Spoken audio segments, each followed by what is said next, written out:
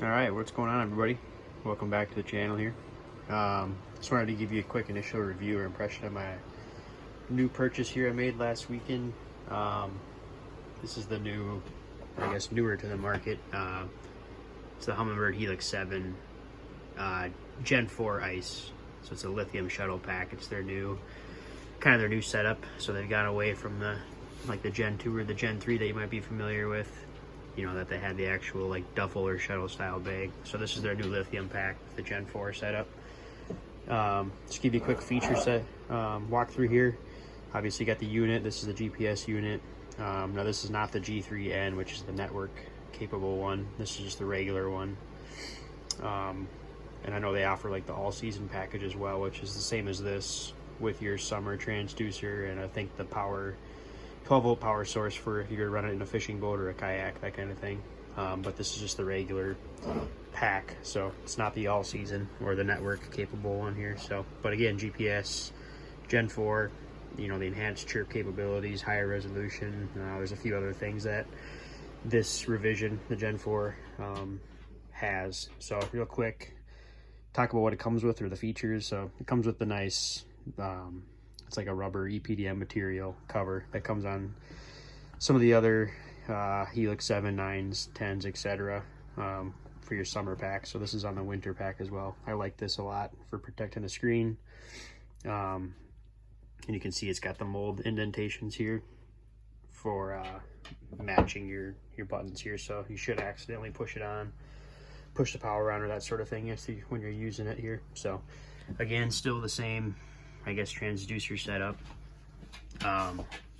as the other ones here. It's got the nice new wraparound system here for your transducer cord compared to the old one, which kind of had two prongs that you kind of wrap around. So I kind of like this feature a lot compared to the other one. I think it's just a little quicker to get unwound or whatever, as well as winding up.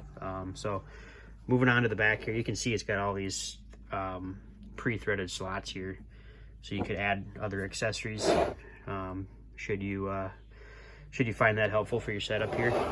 So the lithium pack's kind of meant for like a shuttle pack is meant for like a run and gun, or just kind of a more versatile setup here. So you can see it's got rod holders on both sides. So it's kind of meant to pick it up and kind of, if you're hole hopping, for example, you can, you know, add your accessories. You got your rod holders, so you can kind of grab it as a one package and move on to your next hole.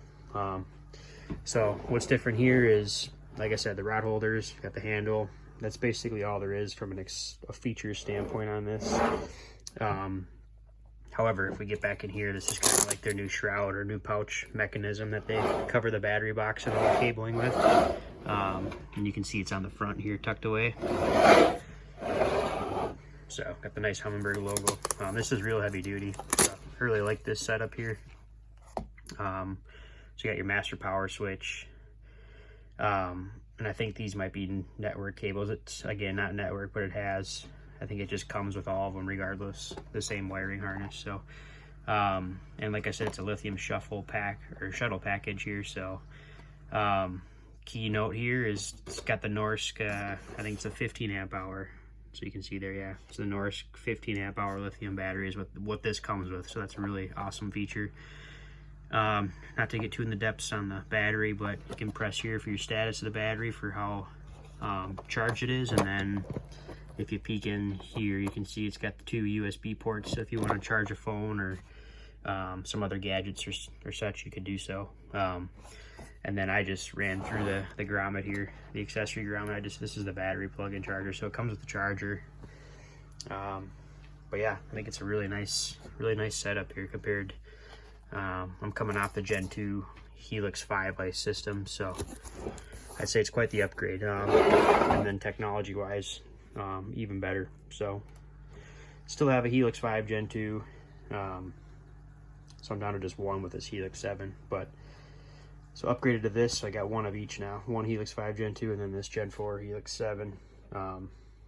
This will be kind of my go-to. And then obviously on the side here, you got your chip reader here for navionics and such, so, or Lake Master chips or whatever you want there. So I'll walk you through real quickly the power up here. Now let's see here. So one thing to note here too is obviously the all-season pack you can put on your boat or kayak. So that's the intention I have with this, is swap this right over to my fishing boat in the summer. So this will be a bow mount that'll plug right into my Terova and Coda Terova. So that's kind of nice.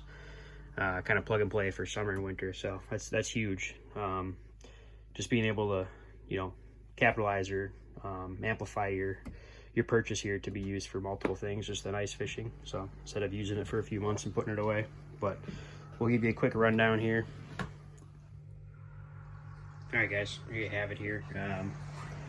See, I got it set up here just in traditional 2D flasher style mode here. Like I said, the resolution clarity is one of the biggest improvements I've seen from, at least for Gen 2 to Gen 4 difference here. I'm sure Gen 3 is in the middle, or maybe just as good, but using a smaller like tungsten jig right now for panfish, and that's one of the biggest takeaways I have. Like exact same setup parameters that I had on my Gen 2 setup, and the jig detection's way better. So that was one of my caveats on the Gen 2, for example, was, I mean, even if you cranked up the gain with real small like panfish tungsten jigs, I kind of had trouble with that, getting good jig detection. So and then surface clutter settings seem to be more impactful as well on this too, which is nice. So I'm not going to get too in depth on like some of the components here, but we'll just walk through some views real quick if you're not familiar with these, or if it's your first time kind of in the market or looking for a flasher and you're checking out Humminbirds. But so you got your 2D combo with your flasher set up there. This is a zoom feature for your vertical sonar, 2D sonar. It's all sonar. This is zoom split sonar. But yeah, this is GPS there. And this is if you screenshot. You can actually screenshot your say any activity you have from a flasher. Like if you're marking a fish, you can screenshot that, or GPS spot too, you can do that. So that's another good feature of the Gen 4s. But yeah, that's all there is there. Do some other checks here, but you can go through like different chirp for interference rejection, and you know, narrow beam, you can see the cone angle changes there too as you go through these settings too. There's a whole list of things you can do on here. That's what I like about this flasher is, you know, I've kind of only just tip of the iceberg here in terms of settings. But I'll just walk you through real quick some of the stuff. Like I said, surface clutter, you can set your ranges here. You can get your A-scope set up, which is a good feature. Just kind of changes the display here of the fish detection and such. Change your color schemes. The options are kind of endless on this. There's so many things you can mess with, which is aside from the traditional 2D flashers, you know, this opens up the whole book here for different options, along with your visibility for views, accessories. So that's your screenshot waypoint. You can highlight shallow water depths and such with your GPS mapping to make it easier to find structure if you got a GPS unit. And then different chart orientation settings. This is again GPS with waypoints, and this is some of your simple detection stuff like fish ID, your contrast, or your clarity modes. And then you can go down here, which if you go between open water and ice, this open water, you can select that, and then I'll switch it over to open water for you. So very versatile unit.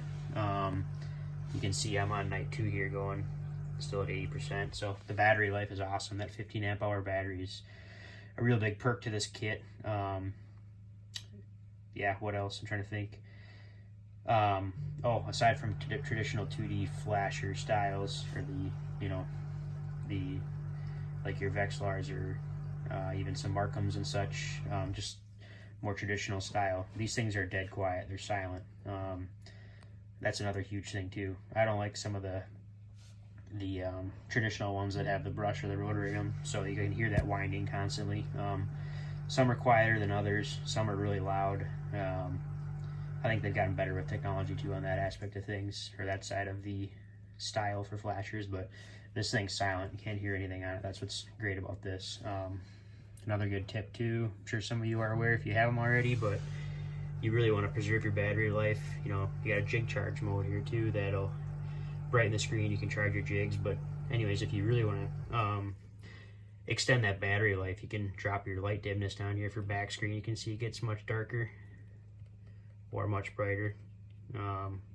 That'll really preserve your battery life, especially if you're not out in the day hole hopping. If you're in like a hard shack or a portable, you don't need it that bright anyways. So yeah, endless options on here, but I just thought I'd give you kind of a quick rundown of the features, my first impressions, how I'm liking it. So far I'm loving it a lot. I like the bigger screen, coming off the Helix 5 units. The 7's huge for that. So, and then again, the versatility, open water versus ice fishing, can use it for both things. So got the best of both worlds here.